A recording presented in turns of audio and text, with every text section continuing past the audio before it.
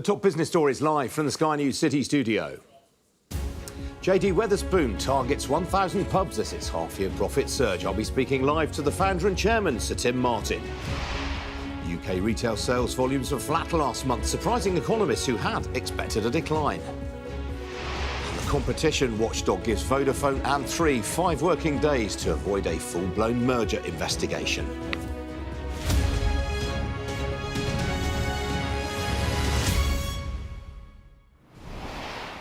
Good morning, this is Business Live with me, Ian King. We've got lots of really exciting business news to bring you, but we can just break into that momentarily to bring you some breaking news. The Prime Minister has been visiting Derbyshire. In fact, we're not going to that, apparently. I'm sure we'll get that later if you can contain your excitement. In the meantime, I do have some breaking news for you right now on the Post Office, which is under intense scrutiny after hundreds of sub-postmasters were wrongly prosecuted using flawed evidence from a faulty IT system. Well, with the story is our City editor, Mark Lyman. Mark, what have we got?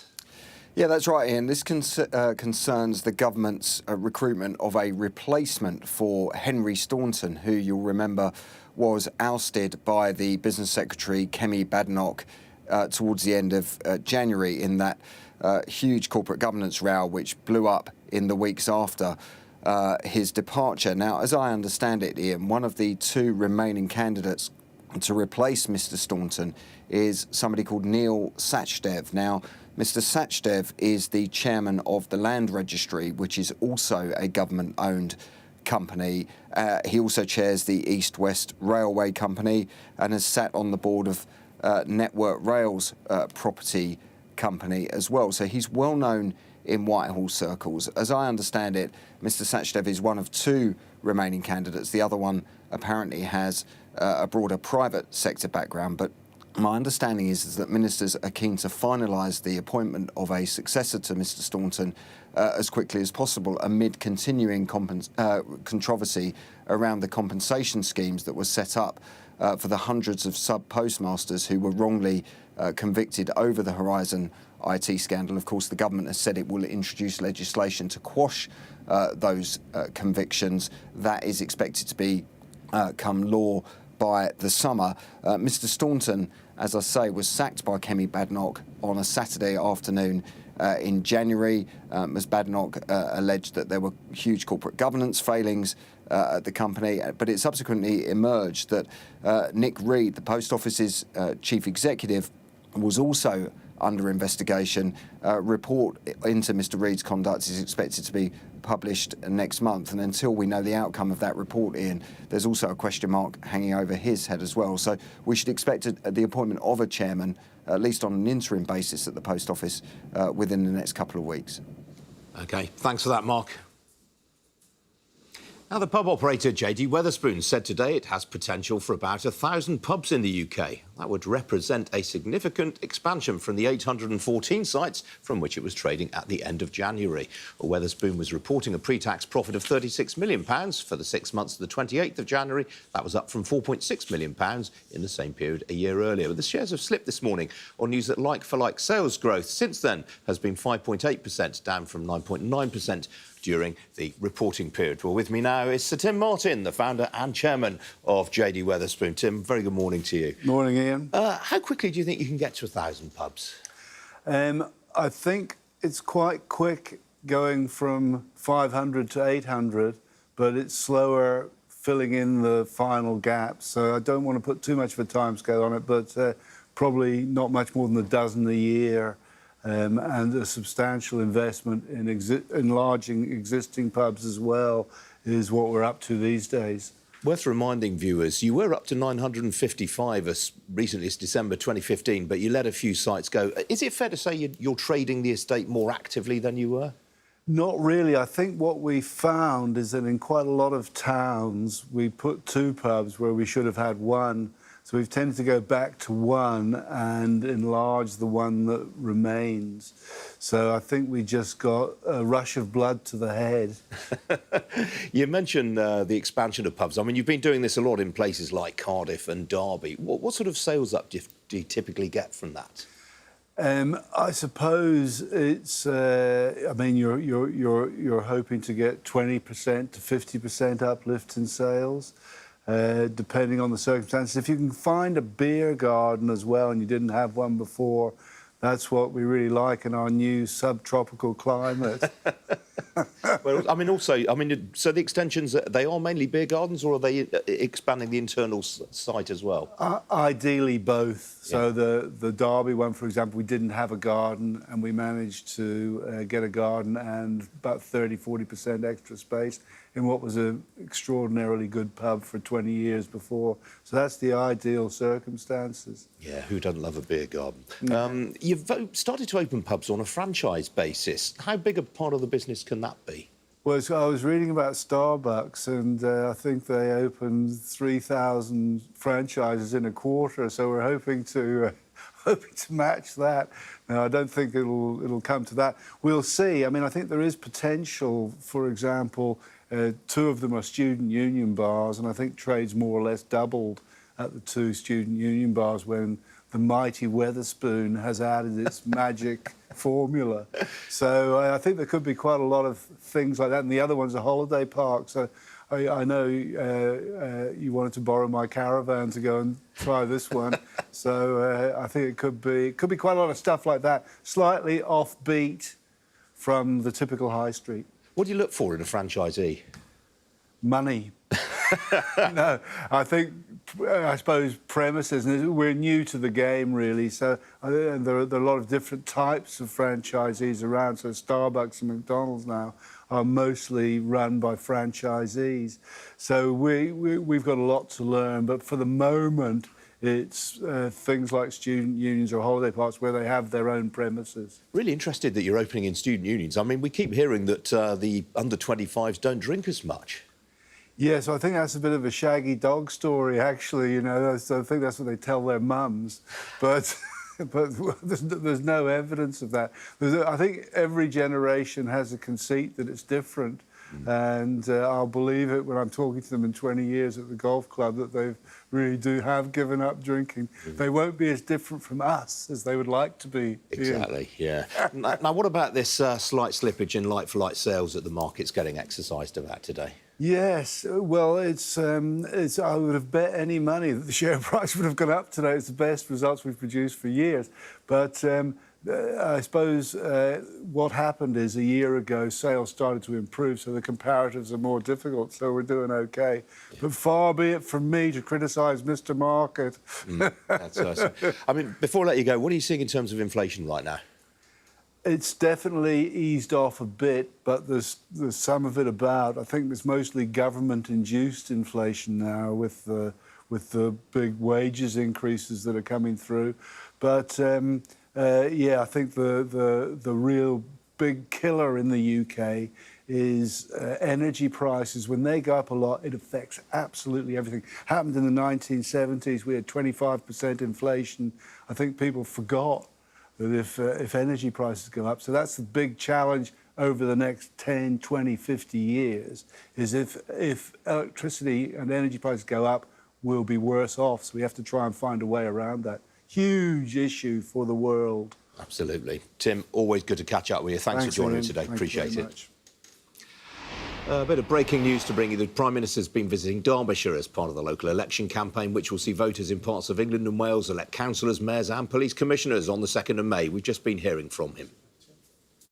The Labour-run council has effectively bankrupted the largest local authority in Europe. Residents are facing a 21% council tax increase and a slashing of jobs and services. And in contrast to that, you've got fantastic mayors like Ben Houchen in Teesside, Andy Street in the West Midlands, and soon to be Ben Bradley here in the East Midlands, all of whom are delivering for their constituents. And that's a difference at these elections. This morning, West Yorkshire Police said they're investigating the alleged racist comments made by the Conservative Party donor Frank Hester in 2019. Isn't it time you handed back his money and refused to accept any more from him? Well, obviously it wouldn't be right for me to comment on police matters, but as I've said previously, what he said was wrong and racist, and he rightfully has apologised for it. You're a football fan. Would you like to see Nike change the design of its New England shirt, featuring different colours in the cross of St George? Well, look, obviously I prefer the original, and my general view is that when it comes to our national flags, we shouldn't mess with them because they're a source of pride, identity, who we are, and they're perfect as they are. We know a huge injustice was done to the millions of WASPy women over changes to their state pension. Will the government now establish a compensation scheme quickly and pay the money, as yesterday's report recommended?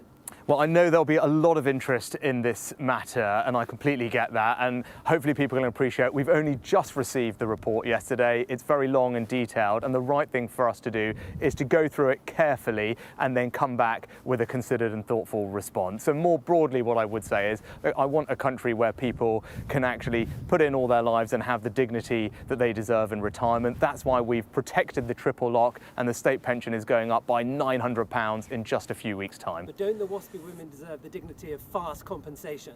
And look, my track record on these things is that we do act, and you've seen that when it comes to the Post Office and the Horizon scandal. We've introduced legislation which is going through Parliament now to quash people's convictions. We've already paid out hundreds of millions of pounds in compensation. I've described that as one of the greatest injustices of our time. I'm determined to do everything to put that right. And when it comes to pensioners, I want everyone to have dignity in retirement. That's why we've protected the triple lock and why the state pension is going up by, as I said, £900 in just a few weeks' time. That speaks to my values and what the government will always do. Wednesday saw the highest number of small boat crossings of the year. You said you wanted to get flights off to Rwanda by the spring, so why are you waiting another 3 weeks to push your emergency Rwanda legislation through Parliament? Yeah, when I got this job as Prime Minister, I set out 5 priorities. One of them was to stop the boats. I think this is really important for our country. The current situation is simply unfair and unsustainable. People shouldn't be able to jump the queue, come here illegally, put pressure on local services, undermine our sense of fairness, and ultimately put their lives at risk as they're exploited by gangs. That's why I'm determined to stop the boats. Our plan is working. The numbers last year were down by 1/3. That's never happened before. Some more business news for you now. And UK retail sales volumes in February were unchanged from January, according to the Office for National Statistics. Well, that was despite exceptionally wet weather during the month and actually represented a better outturn than the city had been expecting. The Office for National Statistics said that sales volumes in clothing and department stores grew because of new collections, but falls in food stores and fuel retailers offset this growth. The ONS also revised higher the January figure. It now believes that retail sales volumes grew by 3.6% during the month, up from the previous estimate of 3.4%. The Competition and Markets Authority warned mobile operators Vodafone and Three today that the proposed merger of their UK businesses is facing a full-blown investigation. The CMA said it was worried that the deal, which will bring together the UK's 3rd and 4th largest mobile players to create a new market leader, could lead to mobile customers facing higher prices and reduced quality. It's given the pair 5 working days to come up with meaningful solutions to its concerns, or it will press ahead with the investigation. Shares of Phoenix Group have jumped by more than 9% this morning after it said it had hit its 2025 targets 2 years early.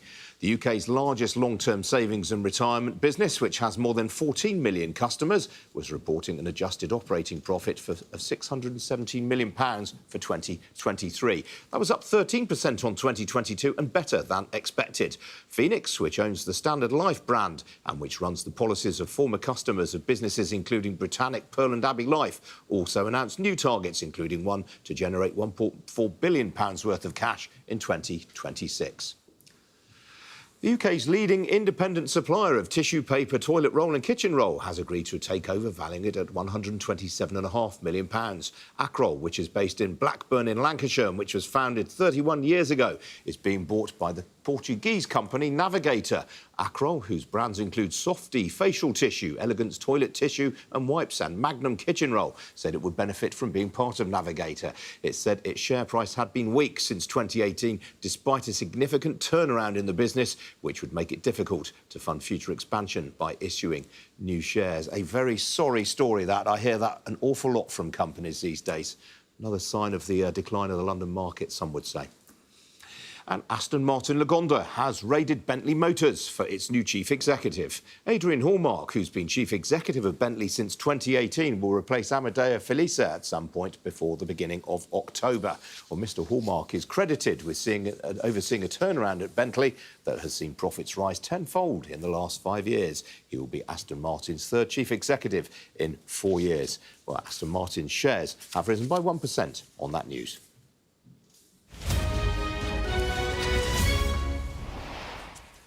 Well, the pound has continued to drift on foreign exchange markets following the Bank of England's dovish tilt yesterday. Here's the current picture. Sterling currently off by nearly 2/3 against the dollar, off by 1/4% against the euro. It means actually that sterling has fallen by 1 3/4% against the dollar and by 4/5% against the euro since yesterday morning.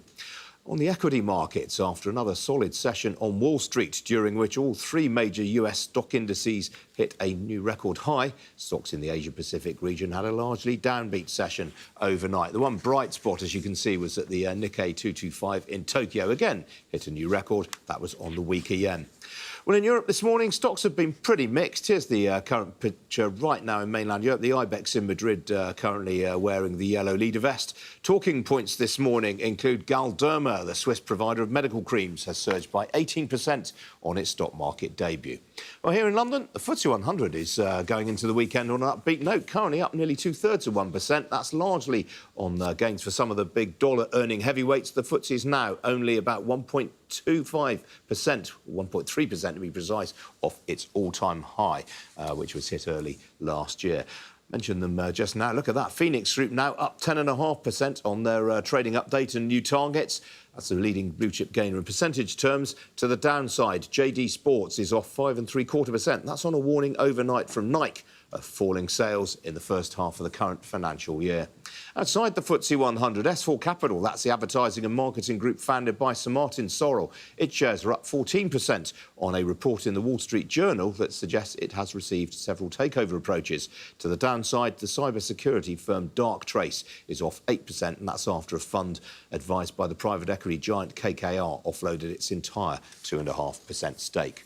The oil price, meanwhile, has traded in a narrow range this morning, but it is on course to notch up a consecutive second week of gains. A barrel of Brent crude will currently set you back $85.84 a barrel. It's just crept into positive territory in the last few minutes. Well, joining me now, Sophie Lunn-Yates, the lead equity analyst at Hargreaves Lansdown. Sophie, good to see you this morning. Let's start with JD Sports. It's really been quite badly this morning.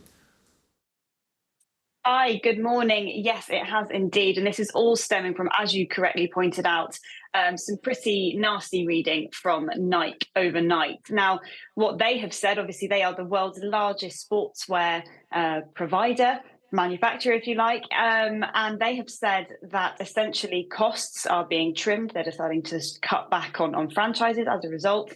We know that full-year growth is expected to be relatively stagnant. They are relying on promotional activity as well to keep things moving. And this is having a read across for shares here in the UK, including JD Sports. So the general mood music around this, this corner of the apparel market is that things are quite challenging, which is hardly surprising when we look at the backdrop of the difficulties that consumers are facing. Now, from one JD to another, we've just been talking to Tim Martin this morning about JD Weatherspoon's results. What do you make of it? I mean, he was a bit disappointed, I think, at the share price reaction. Yes, the share price reaction has been relatively extreme, really, when you look at it. What the market is disappointed by is that slowdown in like-for-like growth in recent weeks. So that's now hovering around 6%, whereas for the first half as a whole, it had been 10%. So there are some nerves being injected there around whether that trajectory is going to gain a bit more momentum as the year goes on. But I do personally think that potentially that's been a little bit overdone. When we look at JD Weatherspoon's position in the market, it's primed to benefit from consumers and customers trading down to perhaps a more affordable option. And there's a lot of things to like about the stock, not least its large portfolio of owned buildings as well. So it's got some strong assets on its balance sheet as well. Absolutely. I mean, worth pointing out, I guess, Sophie, for a lot of businesses in leisure and hospitality, they give their eye teeth for like-for-like sale growths of 5.5%. Absolutely. I don't think you're wrong to suggest that at all. It is certainly a resilient showing. But the fact of the matter is that the market was hoping for a little bit more. So if we don't see that growth continue, or at least accelerate rather, I think the market will continue to be disappointed. We know, for example, that Weatherspoons is particularly reliant on volumes, so selling more pints at a lower price point. That is more pints at a lower price point. That is a tongue twister for today. So that's where there's a lot of concern there, because they are a little bit more exposed on the margin side. Absolutely. Sophie, got to leave it there, I'm afraid. Always good to catch up with you. Thanks for joining me today. Still to come here on Business Live, we're going to be live at the Ideal Home Show in West London, where Grove Gallery is looking for a new audience of art buyers. Stay with us.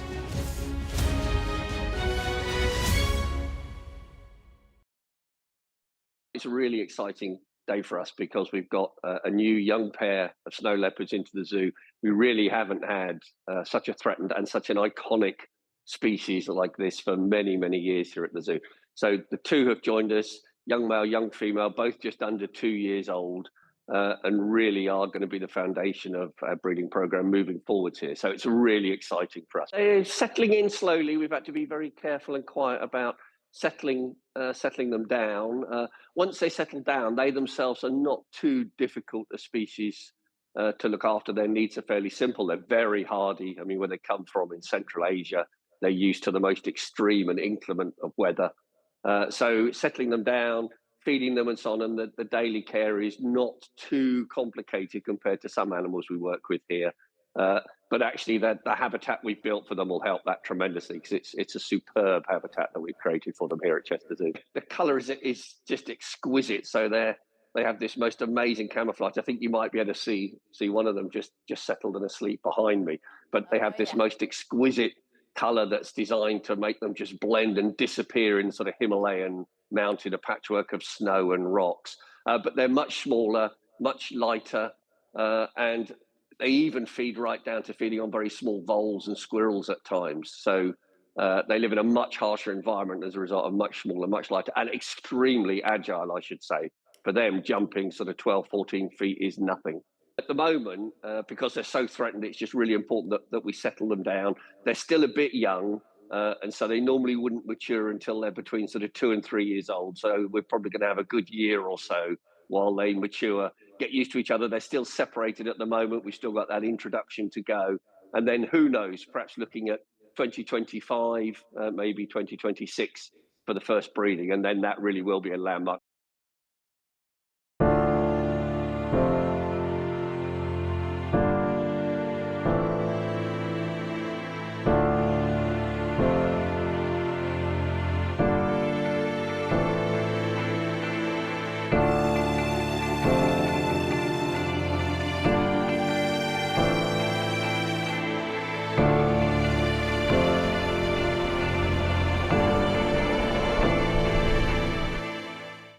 Traveling is not just about the destination. It's also about how you get there. Fly Emirates, fly better.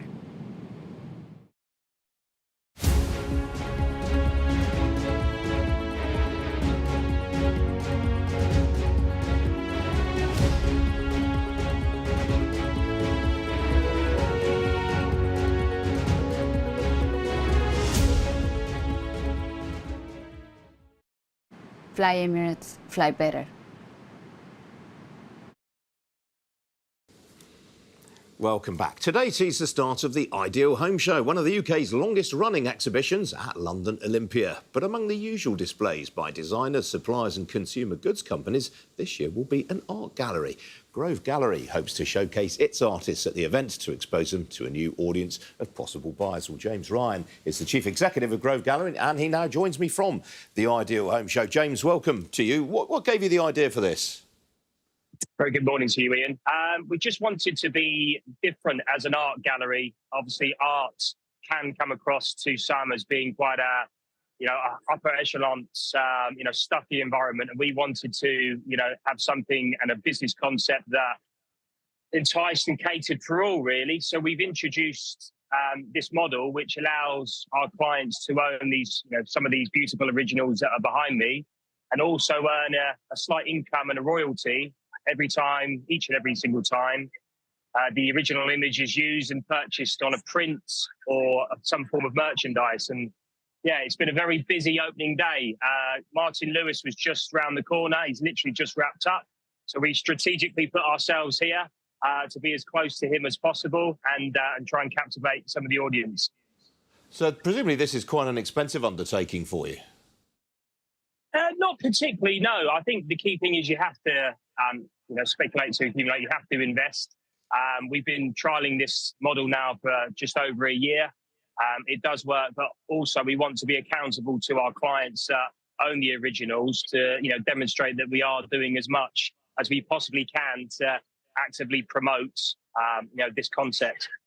How many works of art would you hope to sell as a result of taking this stand? Something like today, it's more a case of exposure. There's a few red dots, over my shoulder at the moment. We also have an artist whose name is Robbie Walters in attendance, and I'm sure he'll be working his magic with the team in the stand. But ultimately, it's just more a case of exposure, generating sales awareness, and I believe we'll sell a good amount of merchandise as well. So what sort of artists are you trying to promote? Is it people who wouldn't normally get in front of an audience like this? Yes and no. I don't want to sort of sidestep that question. We have sort of very well-known artists like Robbie behind me here. He, was a former artist in residence at Aston Martin. He's an established artist. Some of his works over my shoulder will go from anywhere from sort of like £7,000, right the way up to £120,000. So you've got artists like that. And then around the stand-up, we've got an artist called Clark Reynolds, who's known as the blind braille artist. You could acquire his works from as little as £1,000. We have, even works such as this here, which is a Frank canvas. I heard you talking to the owner of Weatherspoons, and maybe something like that would fit him and his style. And you can purchase something like this for as little as, £100, really. So it just depends. Very encouraging. Very, very briefly, James, how's recent trade been? Recent trade's been good. Obviously, competition is rife, so you need to be doing as much as you possibly can. Very fortunate to be blessed with a fantastic team, people that are very proactive and passionate. And I think if it's a case where you have a good mentality and you want to go to the business rather than necessarily waiting for it, then business is fine. Like last month, Great stuff, James. We've got to leave it there, I'm afraid. Sorry. Thanks for joining me. That's it from me. I'm back at 4:30. Stay tuned. Sam Washington's up next. Cheerio.